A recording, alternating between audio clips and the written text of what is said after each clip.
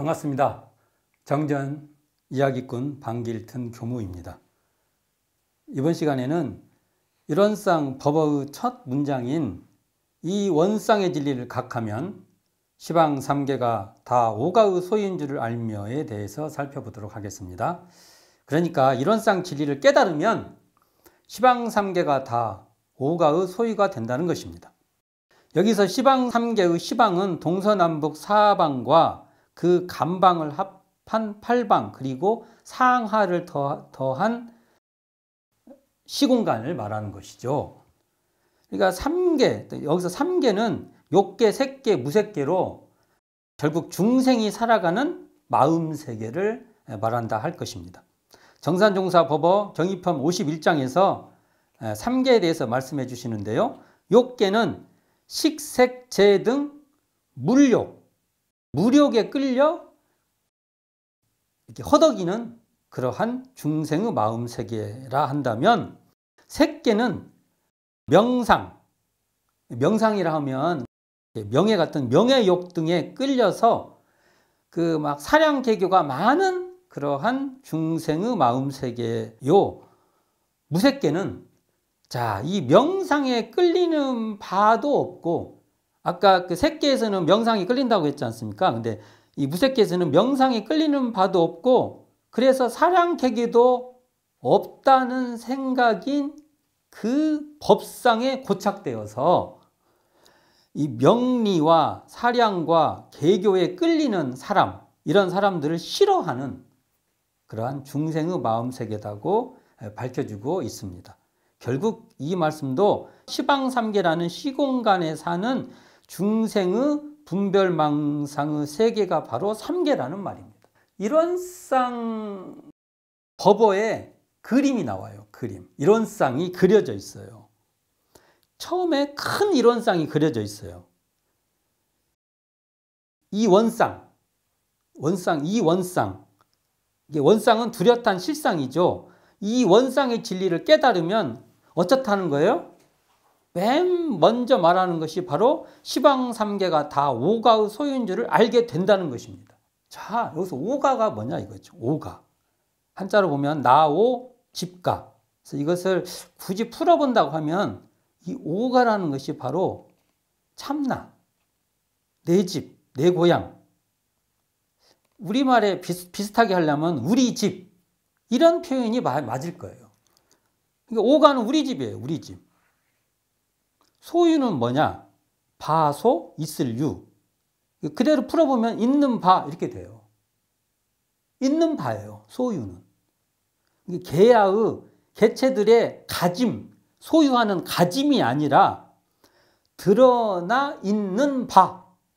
소유는 드러나 있는 바예요. 오가는요, 시방삼계를 드러내는 본처자리예요.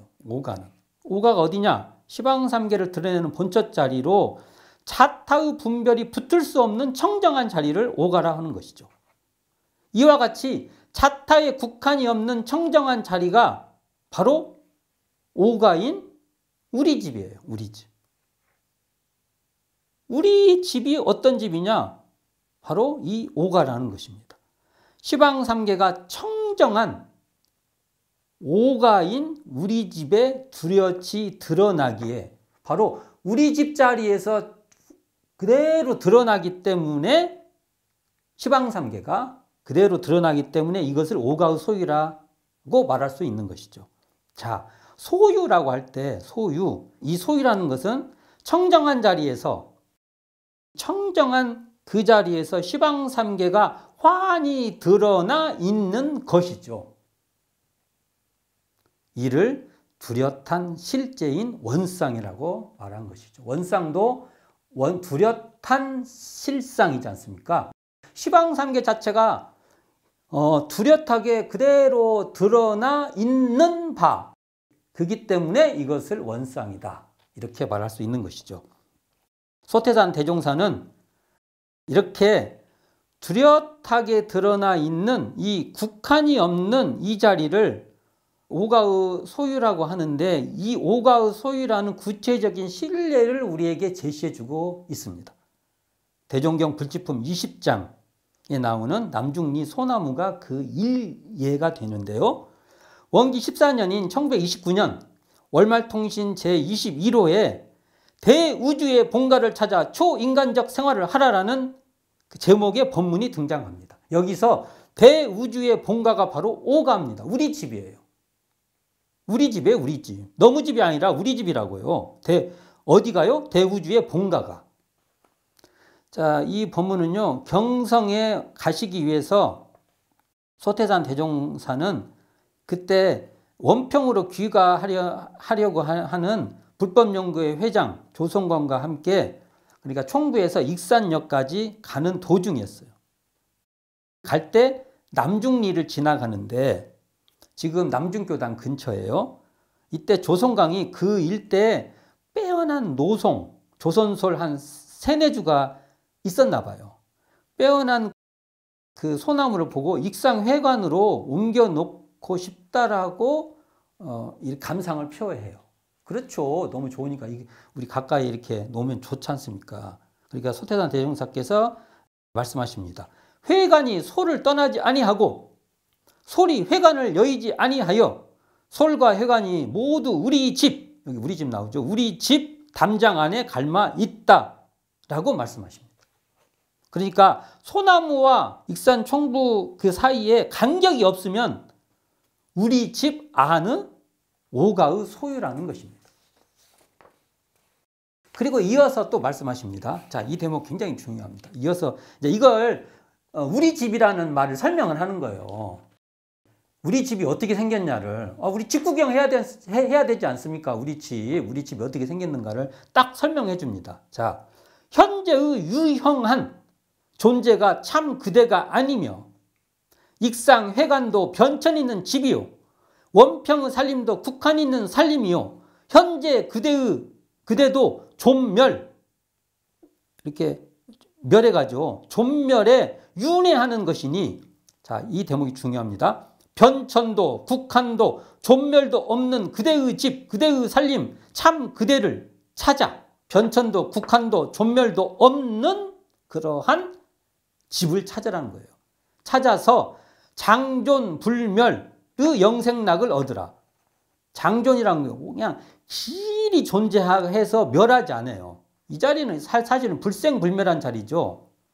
이 자리에 들어서 영생락을 얻으라는 거예요. 그러시면서 생각을 넓히어 작은 집과 좁은 살림을 뛰어넘어 큰 살림을 하라. 이렇게 당부하십니다.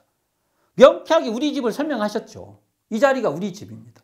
이 자리 우리 집을 알면 시방삼계가 다 오가의 소유가 된다는 것이죠. 이게.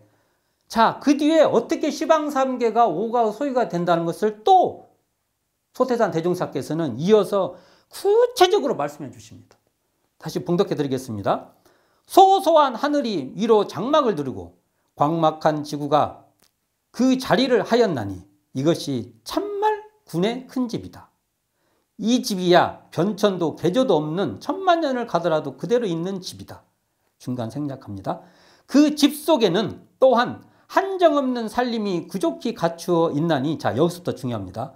1월의 전등이 사귀어 돌매 사시의 기계가 아울러 움직이고 바람, 비, 이슬, 서리, 눈, 우레, 번개가 다 그에 화하여 우리의 먹고 입고 쓸 것을 장만하여 준다. 오직 그 가운데 인간이란 한 영물을 시켜 모든 것을 개조하고 배고프면 밥을 주고 추우면 옷을 주며 어디를 가고 싶으면 차를 주고 쓰고 싶으면 돈을 주고 눈의 보기 좋은 것과 입의 말하기 좋은 것과 손의 놀리기 좋은 것과 코의 막기 좋은 것과 이 마음에 하기 좋은 것을 하나도 빠짐이 없이 갈마다 주나니 이 입으로 외우는 것과 마음의 생각난 바가 하나도 그 살림 곳간에 없는 것이 없도다라고 설파하십니다. 이게 시방삼계가 장중에 한 구슬같이 드러난다는 것의 구체적인 설명인데요. 한번 이거 설명해 보겠습니다. 본래자리를 딱 알면 그 우리 집에는요 천지도 펼쳐져 있고요 사시순환도 거기서 다 해요. 그 기운 운행도 그 자리에서 이루어지고요 온갖 동포도 그 자리에 아울러져 있다는 겁니다. 그러니까 우리 집이라는 이 자리가요 바로 시방 일가의 자리고요 사은 일가의 자리입니다. 사은이 천지부모 동포 법률이 일가를 이루었어요. 한 집이에요. 이게 우리 집이에요. 사은이 오가라는 거예요. 사은이 우리 집이라는 겁니다. 이렇게 큰 살림을 하라고 밝혀주신 것입니다. 결국 시방 3개가 다 오가의 소유인 시방 일가, 사은 일가의 큰 집, 큰 살림을 하라는 그 자리가 바로 일원상이라는 것입니다. 그러므로 대종경 불집품 17장에서 경편철도 사용법을 제시해 주시면서 뭐라고 말씀하시냐면 세상의 모든 것과 그 모든 것을 싣고 있는 대지강상까지도 다 국한 없는 오가의 소유로 삼아 경우에 따라 그것을 이용하되 경우에만 어긋나지 않게 너는 살림살이를 경영하라. 이렇게 구체적으로 또 제시해주고 있는 것입니다. 자, 시방 3개가 오가의 소유라는 더 구체적인 소태산 대종사의 법문을 살펴보도록 하겠습니다. 이건 이공주 선진께서 수필한 내용입니다. 봉독해 드리겠습니다. 오가의 소유라 함은 천지만물이 다 내 것이라는 말이니 바꾸어 말하면 누구를 물론하고 이론의 진리만 깨친다면 우주 만유가 다 나의 소유인 줄을 안다는 뜻으로 만법 규일처 즉 대자리를 지적한 것이다. 무릇 우주 만유의 근본은 곧 일원상이요 일원상은 곧 시방 3개이며 시방 3개는 결국 한 덩어리이니 우리가 이 한 덩어리 된 내용만 잘 안다면 육도 사생도 그 속에 건립되어 있고 인과보응의 천태망상도 그 속에 발생되는 것을 의심치 않을 것이다. 그러므로 만사만리의 조종사인 마음 하나만 잘 밝히고 그대로 실행한다면 육도윤회를 이미 자제할 수 있게 된다. 그런 사람이 시방 3개의 소유자가 아니고 그 무엇이겠는가? 라고 구체적으로 말씀해 주고 있죠. 여기를 보면 이 문맥을 보면 이렇게 돼 있어요. 우주만유의 근본이 일원상이에요. 또 일원상이 시방 3개예요. 시방 3개가 한 덩어리예요.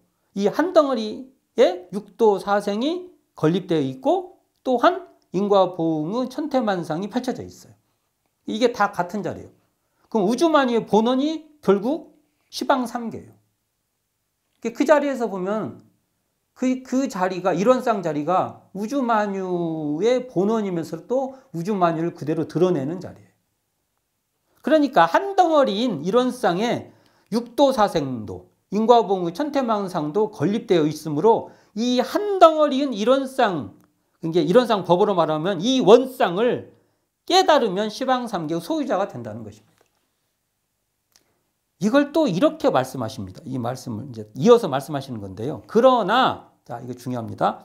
범한, 즉 분별심으로 볼 때는 천지도 각각이요 만물도 각각이며 소유도 각각 다른 것이 또한 사실이니 저 높은 창공에는 제비와 솔개가 나르고 깊은 산중에는 사슴이 뛰어놀며 넓은 바다에는 어류가 헤엄치고 지하에는 온갖 벌레가 꾸물거리고 있으며 재미있는 표현입니다. 만주 목당강에는 장적조가 순교하고 있고 익산 선방에는 남녀 성객이 성공부를 하고 있다. 자, 그 다음에 중요합니다. 이 얼마나 형형색색이며 불가사의한 사실인가. 형형색색 나오고 불가사의, 이게 사실이라는 겁니다. 불가사의한 사실이다. 자, 이 말을 더 풀어보면 대종경 용품 45장 이렇게 나옵니다. 그 마음에 한 생각의 사가 없는 사람은 사가 없다. 곧 시방 3개를 소유하는 사람이라고 말씀하시는데 이 사라는 건 뭐냐면요. 실체적 자아로서 사사로운 인욕입니다. 사사로운 욕심이에요. 이러한 사욕만 떨어지면 바로 참된 나인 일원상을 직시하게 되는데 이 사가 없는 청정한 일원상 자리에 이게 사가 없는 청정한 일원상 자리에 3개의 마음이 환히 드러난다는 거예요. 일원상 자리에 딱 청정한 일원상 자리에 바탕일 때 여기 형형색색 맨 나중에 나왔죠. 목당강에서는 만주 목당강에서는 장적조가 순교하고 익산 선방에서는 남녀 성객이 성공부를 하고 있다는 이 형형색색인 불가사리한 사실이 그대로 드러난다는 겁니다. 마치 맑은 거울에 풍경이 비춰지듯이 청정한 마음의 중생심도 드러나고 온갖 사람들의 마음도 욕심도 감정도 비추어진다는 겁니다. 이것을 이론상 진리절에 비유를 한다면 언어명상이 동공한 자리로서 공정영지의 광명을 따라 언어명상이 완연하여 시방삼계가 장중에 한 구슬같이 드러난다는 이 말과 상통되어 있는 자리입니다. 그러니까요, 이 말은요, 이론상 진리를 깨달으면 시방삼계가 우리 집에서 다 드러나는데, 우리 집 자리에서 다 드러나는데, 삼계를 초월한 자리에서 삼계가 뚜렷이 드러나는 것입니다. 삼계가 드러나는 자리는 사실은 삼계를 초월하는 자리고요. 삼계를 초월한 자리에서 삼계가 드러난다는 것입니다. 지금 욕계구나, 색계구나, 무색계구나라고 환히 드러나는 것입니다. 만일 이게 욕계, 색계, 무색계가 드러난다는 것은 지금 표현을 한다고 하면 우리가 이렇게 해석해 볼 수 있어요. 평소에 자기의 신념과 가치관이 드러나는 겁니다. 내가 어느 지평에 서 있는지가 드러나서 그 지평에서 벗어날 수도 있고요. 그 지평을 넘나들 수도 있는 거예요. 타인의 관점으로 우리가 바라볼 수도 있고요. 그 입장을 이해할 수도 있고 공감할 수도 있는 거예요. 그래서 이 자리를 안다는 게 참 중요해요. 이론상 자리를 깨닫는 게 참 중요한 것이죠. 뿐만 아니라 사실은 우리 마음속에서 이 무의식에서 올라오는 이 어떤 이런 욕동, 확 치고 올라오는 이런 욕동도요, 그냥 거저 올라오는 게 아니라 이것이 올라오고 있다는 그것을 대면할 수도 있다는 것이죠. 우리가 시방 삼계가 드러난다는 것은 이런 차원의 이 얘기까지 오는 것입니다. 단순히 욕계, 색계, 무색계 이렇게 이해할 것만이 아니라 우리가 평소에 가지고 있는 많은 신념과 가치관의 지평으로 이걸 욕계, 색계, 무색계를 이해할 필요가 있고, 우리 내면에서 무의식에서 올라오는 이 욕동의 차원까지도 욕계, 색계, 무색계로 우리는 탐구해야만 이론상의 그 공정영지한 이론상 그 자리를 자각했을 때 우리의 시방삼계를 이렇게 직면할 수 있고 대면해서 관리할 수 있다고 봅니다. 정산용사 법설 말씀으로 마무리하겠습니다. 성품이 곧 일원이요, 일원이 곧 성품이라. 성품의 보자기는 후대 무궁하여 시방삼계가 다 성품에 포용되었으므로 만일 이 시방삼계가 성품 안에 있는 줄을 알면 자연히 오가의 소인 줄을 알 것이요, 알고 보면 공심과 자비가 자연히 동적으로 솟아나니라. 시방삼계가 다 일원의 성품 안에 있는 줄 알면 다 오가의 소유이며 시방삼계가 오가의 소유인 줄을 알기에 시방일가의 공심과 자비도 솟아난다는 것입니다. 오늘은 이론상 법어의 첫 문장인 이 원상의 진리를 각하면 시방삼계가 다 오가의 소유인 줄을 알며 이 대목에 대해서 살펴보았습니다. 감사합니다. 지금까지 정전이야기꾼 방길튼 교무였습니다.